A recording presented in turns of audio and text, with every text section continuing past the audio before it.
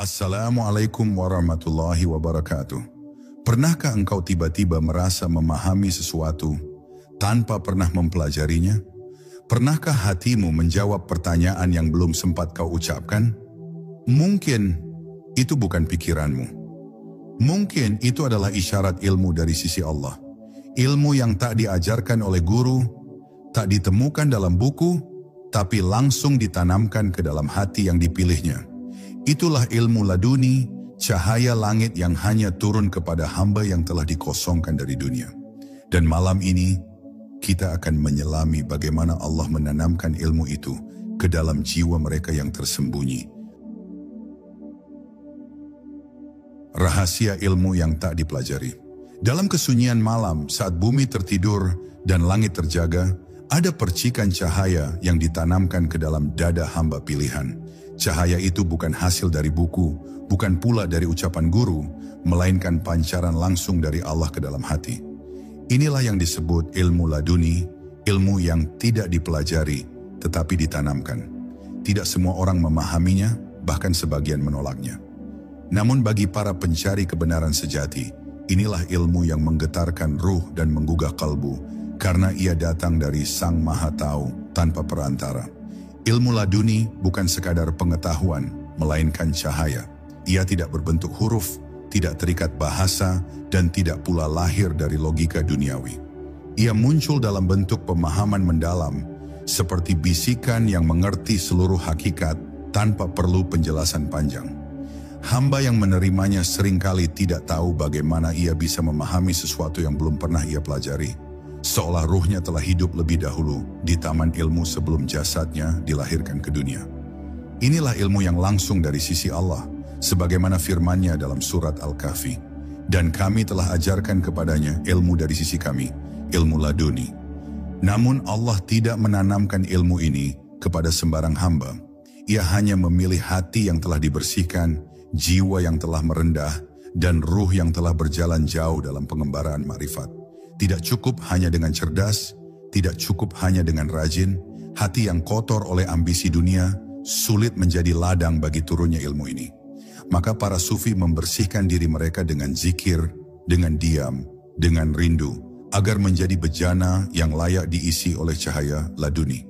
Proses penanaman ilmu laduni pun tidak selalu indah dan lembut. Kadang Allah mencabut segala sandaran dunia dari si hamba.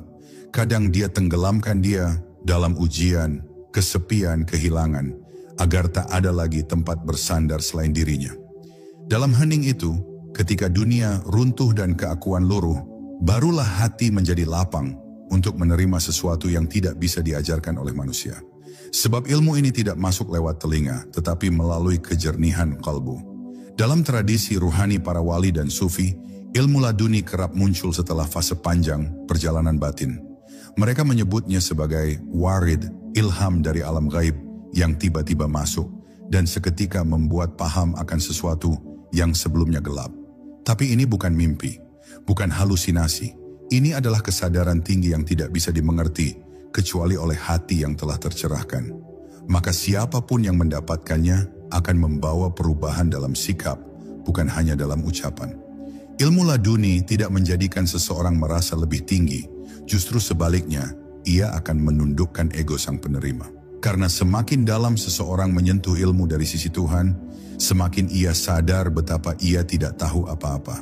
Ilmu ini menyingkap bukan untuk membanggakan, tetapi untuk membuat seseorang tunduk dan taat. Dan disitulah letak keajaibannya. Semakin bertambah, semakin seseorang merasa tidak memiliki. Itulah rahasia dari ilmu yang langsung ditanamkan oleh Allah dalam hati hambanya. Dan benih pertama dari ilmu laduni selalu dimulai dari keikhlasan seorang hamba dalam mencari kebenaran. Bukan untuk pujian, bukan untuk debat, bukan pula untuk kehebatan, tapi hanya untuk mengenal Allah lebih dekat, mencintainya lebih dalam, dan menjalani hidup dalam cahayanya. Jika niat itu murni, maka suatu hari, entah lewat kejadian atau diam, lewat tangis atau zikir, cahaya itu akan mulai masuk pelan-pelan, tapi pasti, dan disitulah perjalanan ilmu ini bermula. Hati sebagai ladang ilmu ilahi, tidak ada tempat yang lebih suci dalam diri manusia selain hati. Bukan hati secara fisik, melainkan kalbu, pusat rasa, pusat pengenalan, dan pusat penerimaan cahaya. Kalbu ibarat cermin. Jika bersih, ia memantulkan cahaya ilahi. Jika kusam oleh dosa, keinginan, dan kesombongan, maka pantulan itu akan gelap.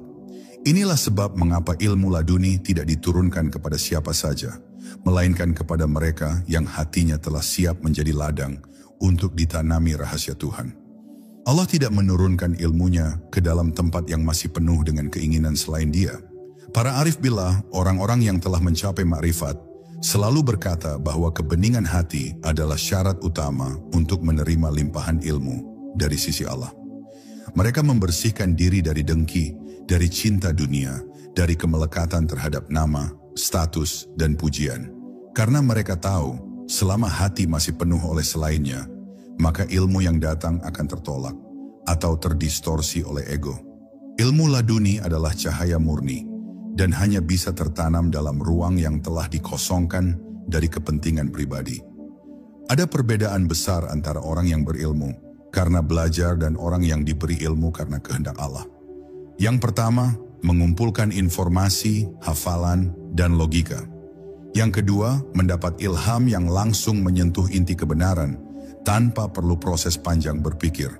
Ini bukan berarti ilmu yang dipelajari tidak penting, tapi ilmu laduni adalah tambahan dari Allah, karunia yang diberikan karena kesungguhan hamba dalam membersihkan hatinya dan menyerahkan dirinya sepenuhnya kepada kehendak Tuhan. Dalam keseharian, tanda hati yang siap menerima ilmu laduni bukanlah banyaknya ritual, tapi dalam kehalusan rasa dan ketaatan yang tak bersyarat. Ia tunduk bukan karena berharap pahala, ia menjauhi maksiat bukan karena takut neraka, melainkan karena hatinya malu kepada Tuhannya. Ia mengamati kejadian sehari-hari dengan mata batin, bukan hanya dengan pandangan lahir. Setiap peristiwa baginya adalah pesan dari Tuhan. Dan dari sanalah, setetes demi setetes, ilmu itu mulai menetes, dalam bentuk pemahaman yang sulit dijelaskan dengan kata. Seringkali ilmu laduni tidak datang sebagai ilmu baru, tapi sebagai kesadaran baru atas sesuatu yang sebelumnya telah kita dengar, kita lihat, namun tak pernah kita pahami. Sebuah ayat yang dulu hanya lewat di telinga, tiba-tiba kini menyala dalam dada. Sebuah kisah Nabi yang dulu hanya dianggap dongeng sejarah, kini menjadi cermin diri. Itulah kekuatan ilmu laduni. Bukan menambah informasi, tapi menghidupkan makna. Dan makna yang hidup akan mengubah cara seseorang memandang dunia dan dirinya. Maka hati yang bersih adalah gerbang, dan zikir adalah kunci yang mengasah kunci itu agar pas dengan gerbang tersebut. Setiap detak zikir menipiskan kabut di kalbu. Semakin tipis kabutnya, semakin terang cahaya yang bisa masuk. Para sufi tidak sibuk dengan banyak hal. Mereka menjaga satu hal saja, menjaga kebersihan hati. Karena mereka tahu, di sanalah segala ilmu ilahi akan ditanam. Jika tanahnya keras, ilmu itu tidak tumbuh. Tapi jika tanahnya subur, maka ia akan menjadi pohon hikmah yang buahnya bisa dinikmati orang lain. Allah menanamkan ilmu itu tidak dalam bentuk suara yang terdengar telinga, tapi dalam bentuk rasa yang membuncah dalam dada. Tiba-tiba hati mengerti, ruh tersentuh, dan akal terdiam. Tidak bisa dijelaskan bagaimana itu bisa terjadi, tapi siapa yang merasakannya, dia tahu bahwa itu bukan dari dirinya. Ia sadar bahwa itu datang dari sisi Allah. Itulah momen suci ketika hati seorang hamba menjadi tempat diturunkannya rahasia langit, dan ilmu laduni mulai tumbuh dalam kesadaran yang bening. Jalan ujian sebagai gerbang cahaya laduni. Tidak ada ilmu agung yang ditanamkan tanpa ujian. Bahkan para nabi pun diuji sebelum diberikan wahyu. Maka jangan heran bila para pencari hakikat harus melewati malam-malam panjang yang sunyi, siang yang menyakitkan, dan detik-detik penuh kebingungan sebelum setitik cahaya laduni menyapa hatinya. Ujian-ujian itu bukan bentuk murka Tuhan, justru itulah kasih-Nya yang tak terucap. Karena hanya dalam kehancuran ego, dalam runtuhnya sandaran dunia, cahaya laduni bisa meresap masuk, halus, lembut, dan mendalam. Banyak orang mengira ilmu laduni bisa didapat hanya dengan amalan-amalan tertentu, atau dengan menghafal kalimat-kalimat wirid secara mekanik. Tapi ilmu ini bukan hasil dari sekadar teknik, melainkan buah dari keikhlasan dan ketulusan hati yang diuji. Allah menguji si hamba bukan karena dia tidak tahu kadar cintanya, tapi agar si hamba tahu sejauh mana ia rela kehilangan segalanya demi tetap mencintainya. Dari setiap kehilangan, Allah sedang menggali ruang di dada kita agar cukup dalam untuk ditanami sesuatu yang bukan dari dunia ini. Dalam sejarah para wali, ada satu pola yang terus berulang. Sebelum mereka diberi limpahan ilmu laduni, mereka terlebih dahulu dijatuhkan dari segala kehebatan duniawinya. Ada yang kehilangan keluarga, ada yang dijauhi murid, ada pula yang dijadikan asing di tengah masyarakatnya. Semua itu bukan kehinaan, tapi pemurnian. Karena ilmu ini tidak bisa masuk ke dalam hati yang masih sibuk mempertahankan citra dan pengaruh. Ilmu ini hanya masuk ke dalam hati yang telah hancur, lalu dibangun ulang oleh cahaya ketuhanan. Perhatikan kisah Nabi Khidir alaihissalam, hamba Allah yang disebut memiliki ilmu langsung dari sisinya. Sebelum beliau menjadi penerima ilmu itu, hidupnya telah disaring dari logika manusia biasa. Setiap geraknya mengikuti isyarat Tuhan. Ia tidak menjelaskan tindakannya dengan akal biasa, karena ia hidup di wilayah hikmah ilahi, bukan hukum syariat lahir semata. Maka siapapun yang ingin berjalan di jalan laduni, harus siap kehilangan penglihatan lahir demi penglihatan batin. Harus siap tidak dimengerti manusia, asalkan dimengerti oleh Tuhan. Ujian yang datang bukan selalu berupa bencana. Kadang bentuknya justru kenikmatan yang menguji apakah si hamba lupa atau ingat. Kadang bentuknya ketenaran untuk melihat apakah ia masih tawadhu' atau malah merasa istimewa. Karena ilmu laduni bukan hanya ilmu, tapi amanah. Dan amanah ini berat, tidak bisa dititipkan kepada orang yang masih mencari pujian dari makhluk. Sebab siapapun yang membawa ilmu dari sisi Tuhan, ia akan diuji dengan godaan untuk menggunakan ilmu itu demi dirinya sendiri. Dalam diam para sufi menangis, bukan karena hidupnya sempit, tapi karena ujian batin mereka tak bisa dijelaskan dengan kata. Ada rasa lapar yang tidak bisa dihilangkan oleh makanan, rasa haus yang tidak bisa disiram oleh air. Itu karena ruh mereka sedang menanti turunnya hikmah. Dalam kekosongan itulah Allah menurunkan ilmu laduni, bukan sebagai jawaban langsung, tapi sebagai kebeningan hati yang tiba-tiba mengerti makna dari setiap luka dan tawa yang pernah dilewati. Dan ketika ujian itu selesai, bukan karena hilang, tapi karena hati sudah ridha dengannya, maka ilmu itu turun seperti embun pagi. Tidak memaksa, tidak menyakiti, hanya menetap dan menghidupkan. Si hamba mulai memahami hal-hal rumit tanpa pernah belajar secara lahir. Ia mulai melihat rahasia dalam ayat-ayat kehidupan. Dan semua itu bukan karena dirinya hebat, tapi karena ia telah kosong dari dirinya sendiri. Dan dalam kekosongan itu, Allah menanamkan laduni, sebuah ilmu dari langit yang tak bisa dijual, tak bisa diwariskan, hanya bisa dititipkan olehnya kepada hati yang telah berserah. Zikir sebagai jalan terselubung menuju ilmu laduni. Zikir bukan hanya ucapan lisan yang diulang-ulang. Ia adalah denyut jantung rohani seorang hamba. Bagi orang awam, zikir mungkin hanya lafaz. Tapi bagi para arif, zikir adalah gerbang menuju kedalaman jiwa, tempat di mana cahaya ilahi pertama kali mengetuk dan ilmu laduni mulai menyelusup. Dalam keheningan zikir, suara dunia mulai pudar, logika menjadi diam, dan kehadiran Allah menjadi nyata di antara setiap helaan nafas. Inilah saat paling sakral dalam perjalanan batin, ketika yang menyebut dan yang disebut melebur dalam satu kesadaran. Setiap kalimat zikir adalah seperti kunci yang membuka tabir hati. Kalimat la ilaha illallah bukan sekadar syahadat, tapi ia adalah palu yang menghancurkan segala berhala dalam jiwa. Ego, ambisi, keinginan, rasa memiliki, dan bahkan identitas diri. Semakin sering zikir itu dilafazkan dengan kehadiran hati, maka semakin dalam ia menggali lubang di dada tempat Allah akan menanamkan hikmah. Bukan lafaznya yang ajaib, tapi kehadiran kesadaran dalam setiap ucapannya. Karena ilmu laduni tidak lahir dari mulut, tetapi dari kolbu yang mengingat tanpa jeda. Banyak yang keliru mengira bahwa zikir adalah bentuk ibadah pasif. Padahal ia adalah senjata paling halus dan paling tajam dalam perjalanan ruhani. Ia memotong akar-akar cinta dunia secara perlahan dan menggantinya dengan ketundukan mutlak kepada Yang Maha Abadi. Dalam zikir yang khusyuk, seorang hamba tidak lagi berharap surga, tidak takut neraka. Yang ia rindukan hanyalah Allah, yang ia sebut dalam diam, dalam tangis, dalam sepi, dalam sujud yang panjang. Dan dalam keadaan seperti itulah, ilmu yang tak bisa diajarkan oleh manusia mulai turun ke dalam dirinya. Zikir yang terus-menerus tanpa pamrih, melatih jiwa untuk terbiasa hidup dalam hadirat Tuhan. Tidak hanya saat salat, tapi juga saat bekerja, berjalan hingga tidur. Hamba yang seperti ini, hatinya tidak pernah sepi dari namanya. Dan ketika hatinya telah penuh dengan kehadiran Allah, maka tak ada ruang bagi selainnya. Itulah saat ilmu laduni mulai tumbuh, bukan datang dari luar, tapi muncul dari dalam. Seperti cahaya yang selama ini tersembunyi di balik tirai nafsu dan lalai.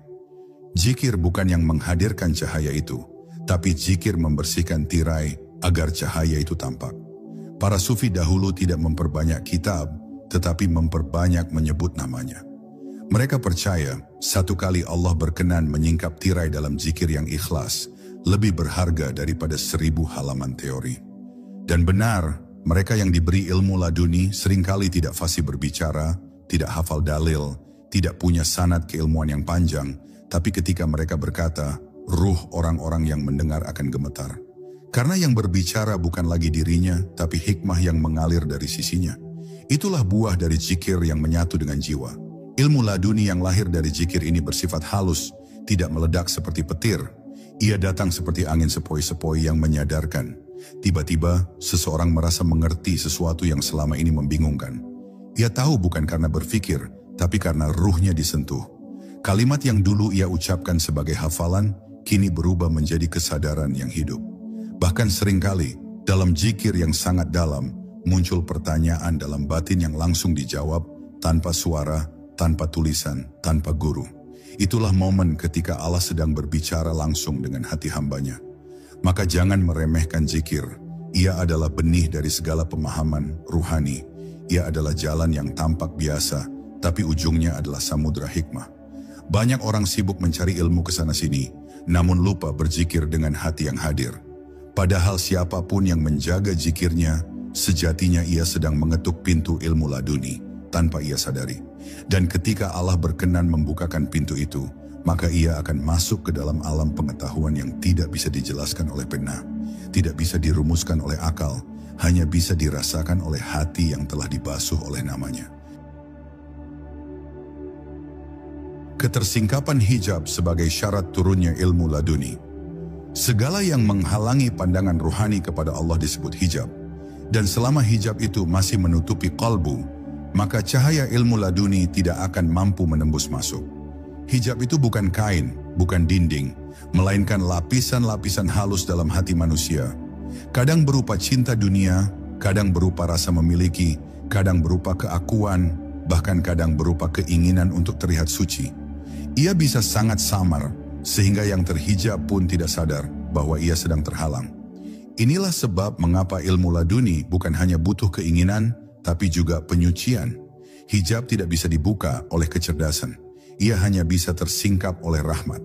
Dan rahmat itu akan menghampiri ketika si hamba benar-benar pasrah. Seringkali Allah tidak membuka hijab melalui kenikmatan, tapi melalui penderitaan. Sebab dalam penderitaan, keakuan yang membungkus hati mulai retak. Saat kita merasa tak berdaya, saat dunia tak lagi bisa dijadikan tempat bergantung, maka hati menjadi lembut, remuk, dan jujur. Dan dalam remuk itulah celah hijab terbuka dan pancaran ilmu dari sisi Allah mulai menyusup masuk sebagai cahaya kesadaran. Para sufi menyebut momen ini sebagai kasyif, tersingkapnya tabir. Ia bukan penglihatan mata, tapi kejernihan hati yang tiba-tiba memahami apa yang selama ini gelap. Seorang hamba bisa tiba-tiba mengerti hikmah di balik kejadian yang menimpanya bertahun-tahun lalu. Ia bisa menyadari makna terdalam dari satu ayat Al-Quran, tanpa pernah membaca tafsir apapun. Kasyif bukan berarti mengetahui masa depan, tapi diberi pemahaman terhadap hal-hal yang sebelumnya tersembunyi dari batin. Dan pemahaman inilah yang menjadi gerbang pertama dari ilmu laduni. Tapi kasyif bukanlah akhir, ia baru permulaan. Karena ketika hijab tersingkap, maka cahaya bisa masuk. Dan cahaya itu tidak sekadar menerangi, tapi juga mengajarkan. Ilmu laduni bukan turun dalam bentuk kalimat-kalimat yang didiktekan dari langit, tapi berupa rasa tahu yang bersumber dari nur Allah. Seseorang yang mengalami hal ini tidak selalu bisa menjelaskannya, karena ilmunya datang bersama rasa. Rasa yang begitu mendalam hingga membuat akal tunduk, lidah keluh, dan hati menangis dalam syukur. Namun ada hal penting yang harus diingat. Kasyif bisa datang dari cahaya, tapi juga bisa datang dari hawa nafsu. Tidak semua yang tersingkap adalah kebenaran. Disinilah pentingnya penjagaan hati. Jika seorang hamba merasa bangga dengan kasyifnya atau menjadikannya alat untuk disanjung, maka hijab baru akan muncul, lebih halus, lebih berbahaya. Ilmu laduni hanya turun kepada mereka yang tidak melihat dirinya sebagai apa-apa. Maka kesadaran yang muncul dari ilmu laduni justru akan membuat seseorang semakin merendah, semakin takut, semakin malu kepada Allah. Ketersingkapan hijab juga bisa datang perlahan. Dalam proses zikir dan tafakur, Allah menyingkap satu demi satu lapisan yang menutup kalbu. Mungkin hari ini seseorang mulai sadar akan kesalahannya. Besok ia mulai mengenali tujuan hidup. Lusa ia mulai merasa sangat kecil di hadapan Allah. Setiap kesadaran itu adalah tanda bahwa hijab sedang dikikis. Dan ketika hijab itu lenyap total, barulah cahaya ilmu laduni menyinari seluruh ruang batin. Saat itu, seseorang tidak butuh dalil untuk tunduk, tidak butuh bukti untuk percaya, karena hatinya telah menyaksikan. Inilah proses spiritual yang sangat halus, sunyi dan penuh misteri. Tidak bisa dipaksakan, tidak bisa dipercepat, hanya bisa dijemput dengan kesungguhan dan keikhlasan. Maka jangan tergesa-gesa meminta ilmu laduni kepada Allah. Mintalah agar Dia membersihkan hatimu, menyingkap hijabmu, dan menuntunmu kepada keikhlasan sejati. Karena saat hijab itu terbuka, ilmu akan datang bukan hanya sebagai pengetahuan, tapi sebagai cahaya yang mengubah dirimu secara menyeluruh. Dan itulah makna sejati dari ilmu yang berasal langsung dari sisinya. Waktu ruhani, saat Allah memilih menurunkan ilmunya. Segala sesuatu di alam semesta ini memiliki waktunya. Ada waktu untuk tumbuh, ada waktu untuk gugur, ada waktu untuk diam, ada waktu untuk mengerti. Begitu pula dengan ilmu laduni. Ia tidak turun sembarangan, tidak bisa dipaksa oleh amalan, tidak bisa dipercepat oleh kehendak diri. Ia turun pada saat yang telah ditentukan oleh Allah, dalam waktu ruhani yang telah ditulis sejak sebelum ruh ditiupkan ke jasad. Ketika waktu itu tiba, maka tak ada satupun hijab yang mampu menahan turunnya cahaya. Tapi sebelum waktu itu datang, seorang hamba harus belajar bersabar dalam ketundukan. Waktu ruhani ini bukan seperti waktu jam dan kalender. Ia tidak diukur dari usia atau jumlah ibadah yang telah dilakukan. Ia adalah waktu yang dikenal oleh ruh, bukan oleh akal. Ada orang yang sejak kecil telah disingkapkan tabir ilahi, dan ada yang baru di penghujung usia merasakan percikan cahaya laduni. Semua tergantung pada kesiapan batin dan kehendak Allah yang tak bisa ditebak. Maka bagi para pencari, bersabar bukan pilihan, ia adalah keharusan. Karena menunggu waktu ilahi adalah bagian dari adab ruhani.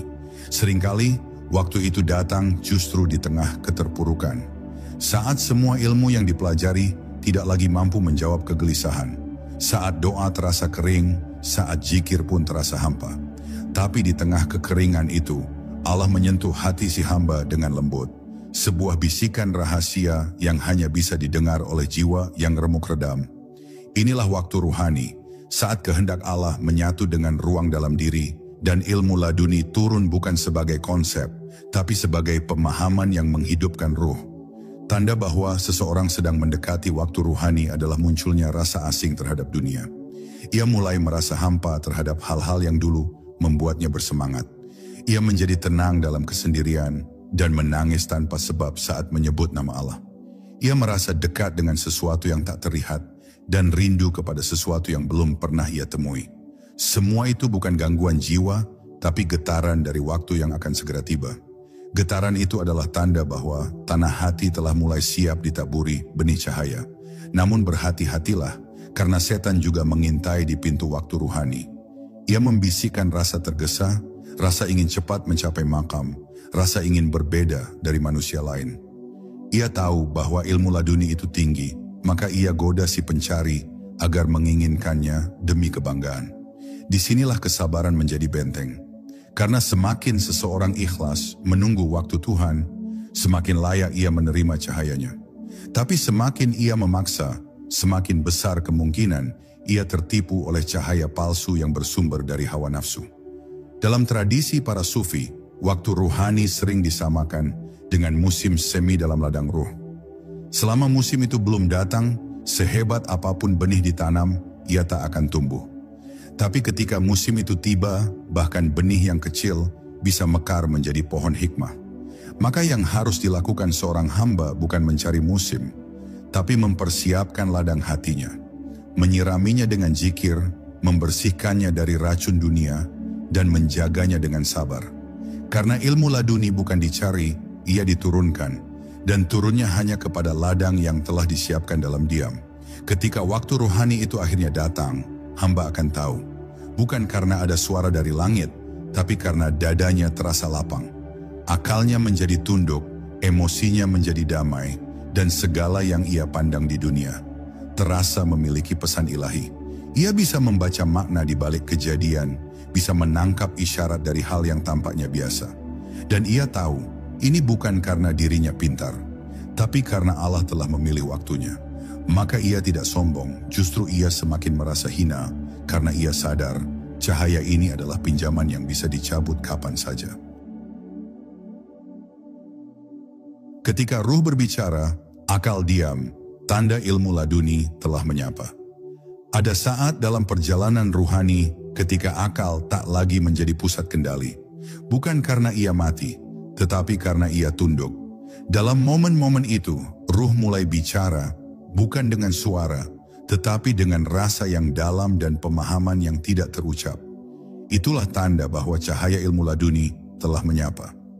Ia bukan sekadar datang sebagai pengetahuan, melainkan sebagai kesadaran tinggi yang mengalir dari kedalaman ruh. Dalam kondisi ini, seseorang bisa merasa mengerti sesuatu tanpa tahu bagaimana cara ia mengetahuinya. Ia hanya tahu, dan ia tahu bahwa itu bukan dari dirinya. Ketika ruh mulai berbicara, ia tidak membutuhkan bahasa. Ia berbicara melalui kejernihan batin, melalui rasa aman yang tiba-tiba muncul di tengah kebingungan. Melalui keputusan yang muncul begitu saja tanpa pertimbangan panjang, tapi terasa sangat benar. Itulah ilham, cahaya yang dipancarkan langsung dari sisi Allah ke dalam jiwa yang telah dibersihkan. Ia bukan bisikan setan, karena hasilnya tidak membingungkan. Ia bukan dorongan nafsu, karena hasilnya bukan keinginan, tapi kepasrahan. Ilham ini tidak membakar, tapi menyejukkan. Dan itulah yang membedakan ilmu laduni dari sekadar firasat biasa. Banyak orang salah sangka, mengira ilmu laduni harus datang dalam bentuk keajaiban, seperti bisa membaca pikiran orang, mengetahui hal gaib, atau berbicara tentang masa depan. Padahal inti dari ilmu laduni bukanlah keanehan, tapi kearifan. Ia bukan membuat seseorang menjadi sakti, tapi menjadi bijak. Ia tidak menjadikan seseorang merasa lebih tinggi, tapi membuatnya semakin rendah hati. Semakin dalam ilmu laduni mengakar, semakin tenang dan sederhana hidup si penerima. Bukan karena ia tidak tahu banyak hal, tapi karena ia sadar bahwa semua pengetahuan sejati datang dari Allah. Ruh yang telah disentuh oleh ilmu laduni menjadi ringan memaafkan, mudah memahami, dan cepat menangkap isyarat dari langit. Ia tidak menghakimi dengan pandangan sempit, karena ia telah melihat kehidupan dari kacamata ketuhanan. Ia tahu bahwa segala sesuatu ada waktunya, setiap manusia punya takdirnya, dan semua kejadian adalah surat cinta Allah dalam bahasa yang berbeda-beda. Ruh yang seperti ini akan membuat seluruh hidupnya menjadi zikir. Bahkan diamnya pun bisa menjadi pelajaran bagi yang melihat, karena ruhnya memancarkan hikmah yang tidak dibuat-buat. Terkadang, ilmu laduni datang dalam bentuk kesadaran mendalam saat membaca ayat atau mendengar kisah Nabi. Ia bukan mendengar dengan telinga, tapi dengan ruh. Kalimat yang sama yang sudah berulang kali terdengar, tiba-tiba menyentuh ke bagian paling dalam dari dirinya. Ia menangis tanpa sebab yang jelas, bukan karena sedih, tapi karena disentuh oleh makna. Air mata itu bukan dari luka, melainkan dari kesadaran bahwa Allah begitu dekat, begitu lembut, dan begitu maha mengetahui isi hati hambanya. Tangisan itu adalah bahasa ruh yang tak bisa diterjemahkan oleh akal. Saat ilmu laduni telah menyentuh ruh seseorang, maka ia tidak lagi menyandarkan hidupnya pada sebab akibat duniawi. Ia bekerja dengan tekun, tapi tidak tergantung pada hasil. Ia berbicara, tapi tidak ingin mempengaruhi. Ia menasihati, tapi tidak memaksa. Karena ruhnya tahu bahwa yang membolak-balikan hati manusia adalah Allah. Dan tugasnya hanya satu, menjadi saluran bagi cahayanya untuk mengalir, bukan menjadi penguasa atas kebenaran. Ruh seperti ini tenang karena tidak sedang membuktikan apa-apa. Ia hanya menjalani dengan lembut, dengan sadar, dan dengan cinta. Inilah tahap ketika akal berhenti bertanya dan ruh mulai memahami. Bukan berarti akal dibuang, tapi ia telah menempati tempatnya yang semestinya sebagai pelayan, bukan tuan. Dalam suasana batin seperti ini, seseorang akan merasa selalu dalam pengawasan Allah. Ia merasa hidup dalam naungan cahaya yang tidak bisa dijelaskan. Ia tidak merasa istimewa, justru merasa sangat kecil. Tapi dalam rasa kecil itulah ia merasa dekat. Dan dalam kedekatan itu ilmu tidak lagi diburu, karena ia telah berubah menjadi keadaan jiwa. Itulah ilmu laduni yang sejati, bukan sekadar tahu, tapi menjadi. Ilmu laduni dan diamnya para wali. Salah satu ciri paling mencolok dari mereka yang telah disentuh oleh ilmu laduni adalah diamnya. Tapi diam mereka bukan karena tidak tahu, melainkan karena tahu terlalu dalam. Mereka memilih diam bukan karena tidak mampu berbicara, melainkan karena telah menyadari bahwa tidak semua hikmah harus diucapkan. Para wali Allah sering tampak sederhana, tidak mencolok, bahkan kadang dianggap biasa oleh orang-orang sekitar. Tapi dalam diamnya, ruh mereka berbicara dengan langit. Dan dalam senyapnya, dada mereka penuh dengan samudera makna yang tidak bisa dituangkan seluruhnya dalam kata. Mereka yang telah menerima ilmu laduni tidak lagi tergoda untuk menunjukkan apa yang mereka tahu. Karena mereka sadar bahwa ilmu yang datang dari sisi Allah bukan untuk dibanggakan, melainkan untuk dijaga. Semakin banyak mereka diberi pemahaman, semakin dalam pula mereka menyembunyikan hakikatnya. Bukan karena takut, tapi karena adab. Sebab mereka tahu, tak semua telinga siap mendengar kebenaran yang datang langsung dari langit. Dan jika disampaikan secara ceroboh, kebenaran itu justru bisa menyesatkan mereka yang belum siap menerima. Para sufi sejati sering mengatakan, ilmu laduni bukan untuk dipamerkan, tapi untuk menghidupkan. Maka mereka lebih sibuk dengan memperbaiki diri daripada mengajari orang lain. Mereka lebih senang menangis dalam sujud yang panjang daripada berdiri di mimbar.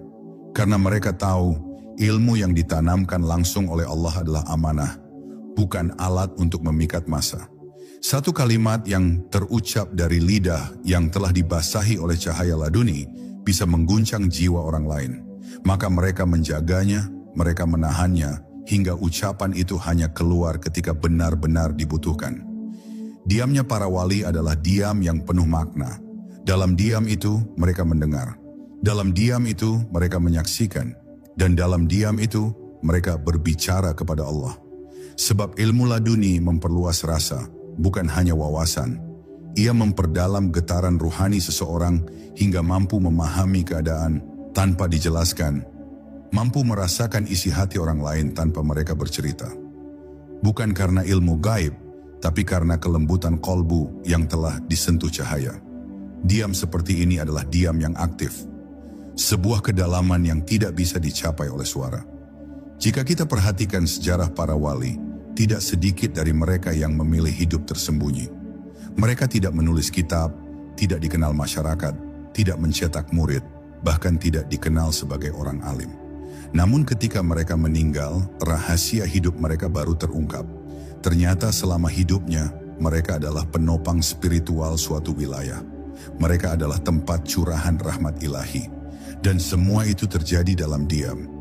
Sebab ilmu laduni menjadikan seseorang berfungsi dalam dunia batin, meski tidak terlihat dalam dunia lahir. Ada hikmah besar mengapa Allah menyembunyikan wali-walinya. Karena kebanyakan manusia belum mampu membedakan antara yang zahir dan yang hakikat. Jika seorang wali yang memiliki ilmu laduni ditampilkan terlalu jelas, bisa jadi ia menjadi idola, bukan lagi perantara menuju Allah. Maka Allah menjadikan mereka tersembunyi agar manusia tidak terpaku pada pribadi, melainkan pada sumber cahaya itu sendiri. Ilmu laduni bukan tentang tokoh, tapi tentang getaran ilahi yang mengalir dalam diam dan menyentuh ruh mereka yang bersih. Jadi, jangan heran jika engkau bertemu seseorang yang tidak dikenal, tampak biasa saja, tapi saat duduk bersamanya, hatimu menjadi tenang, pikiranmu menjadi jernih, dan jiwamu seperti disentuh oleh sesuatu yang sulit dijelaskan. Mungkin engkau sedang duduk dengan seseorang yang telah ditanamkan ilmu laduni dalam hatinya. Ia tidak akan mengaku, ia tidak akan mengajarkan secara terang-terangan. Tapi lewat keheningannya, Allah sedang mengajarimu sesuatu. Dan itulah hakikat ilmu ini. Ia tidak datang dari banyak kata, tapi dari kehadiran yang ditenagai oleh cahayanya. Amanah berat di balik ilmu laduni. Ilmu laduni bukanlah anugerah kosong. Ia bukan sekadar pemahaman mendalam atau kemampuan melihat sesuatu yang tidak dilihat orang lain. Ia adalah amanah. Dan amanah dalam dunia para arif selalu identik dengan beban. Siapapun yang ditanamkan ilmu dari sisi Allah, maka di saat yang sama, ia juga sedang dipakaikan tanggung jawab ruhani yang berat. Karena Allah tidak memberikan cahayanya untuk dibanggakan. Ia memberi untuk dijaga, untuk dipelihara dengan adab, dan digunakan hanya dalam kerangka kehendaknya semata. Seseorang yang telah menerima ilmu laduni harus hidup dalam kehati-hatian luar biasa. Bukan karena ia merasa suci, tetapi karena ia tahu betapa tipisnya batas antara cahaya ilahi dan cahaya palsu dari hawa nafsu. Semakin tinggi makam pemahaman seseorang, semakin besar pula godaan untuk mengklaim, merasa diri istimewa, atau mengarahkan ilmu itu demi kepentingan pribadi. Maka para wali yang benar-benar menerima ilmu laduni justru menjalani hidup seperti hamba biasa. Mereka menyembunyikan ilmunya sebagaimana seseorang menyembunyikan emas murni di tengah lumpur. Amanah ini juga menyangkut ucapan. Setiap kalimat yang diucapkan oleh seseorang yang memiliki ilmu laduni bisa menjadi pengaruh besar bagi ruh orang lain. Kata-katanya bisa menghidupkan atau justru melukai, maka ia tidak sembarangan bicara. Ia memilih diam lebih sering daripada menjelaskan panjang lebar. Karena ia tahu setiap ilmu yang keluar dari lisannya akan dimintai pertanggungjawaban. Bahkan dalam batin pun ia terus memohon, "Ya Allah, jangan jadikan ilmuku sebagai fitnah bagi diriku sendiri." Lebih dari itu, pemilik ilmu laduni akan diuji secara batin. Tidak selalu dalam bentuk penderitaan luar, tetapi dalam tekanan ruhani yang dalam. Allah akan memperlihatkan padanya sisi-sisi kebenaran yang kadang tidak bisa dijelaskan. Lalu Allah akan melihat, apakah ia tetap tenang dalam simpanan hikmah, atau ia tergesa-gesa menumpahkan semuanya untuk mengundang perhatian. Ujian ini tidak terlihat dari luar, tapi di dalam dirinya akan terjadi pergolakan besar antara keinginan untuk membagikan kebenaran dan kesadaran bahwa belum tentu orang lain siap menerima cahaya itu. Salah satu amanah paling halus adalah menjaga kesucian niat. Sebab ilmu laduni mudah sekali ternodai oleh rasa aku. Merasa telah mengetahui hal-hal gaib, merasa memiliki cahaya, merasa berbeda dari orang awam. Semua itu bisa menjadi racun yang perlahan membunuh keikhlasan. Maka tak heran jika sebagian wali bahkan meminta kepada Allah agar dicabut ilmu laduni dari hatinya jika itu membuatnya lalai. Ini bukan karena tidak menghargai anugerah, tapi karena mereka lebih takut kehilangan Allah dibandingkan kehilangan ilmu yang menempel pada ruh mereka. Karena itulah, ilmu dari sisi Allah tidak diberikan kepada orang yang hanya ingin tahu, tapi kepada orang yang siap memikulnya. Dan kesiapan itu bukan diukur dari seberapa banyak hafalan, seberapa rajin ibadah, atau seberapa kuat karisma. Tapi dari seberapa dalam seseorang mampu menjaga rahasia Tuhannya, menyembunyikan cahaya dalam diri, dan tetap merendah meski hatinya telah terbuka terhadap hakikat. Dalam dunia laduni, kesederhanaan adalah jubah para pemilik cahaya, dan adab adalah benteng yang melindungi mereka dari kehancuran spiritual. Maka jika engkau merasakan cahaya itu mulai menyusup dalam hatimu, dalam bentuk pemahaman yang tidak biasa, rasa peka terhadap isyarat ilahi, atau ketenangan luar biasa dalam menerima takdir, maka ingatlah, engkau sedang diminta untuk menjaga sesuatu. Jangan buru-buru menyebarkannya. Jangan tergesa mengklaimnya, dan jangan biarkan aku mencuri cahaya yang bukan milikmu. Karena hakikatnya ilmu itu adalah milik Allah.